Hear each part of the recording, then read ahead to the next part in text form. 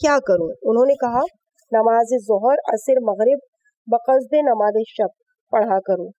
میں ان نمازوں میں سے 17 رکعت 11 رکعت نماز شب کی نیت سے پڑھتا تھا، مگر دل میں یہ تھا کہ آیا یہ عمل ہمارا صحیح ہے یا غلط ہے۔ میں نے امام سے اس مسئلے کا سوال دریافت کیا۔ حضرت نے فرمایا واجب نمازوں کی جگہ نماز شب نہ پڑھا کرو، بلکہ نماز شب الگ پڑھا کرو، اور بہت سوالات کیے جن کا جواب میں خود بھول گیا ہوں۔ عرض کیا مولا ہر وقت آپ سے شرف یاب تو نہیں ہو سکتا، کوئی ایسی کتاب عنایت فرما دیں جس کے مطابق میں اپنے فریضے کی ادائیگی کیا کروں۔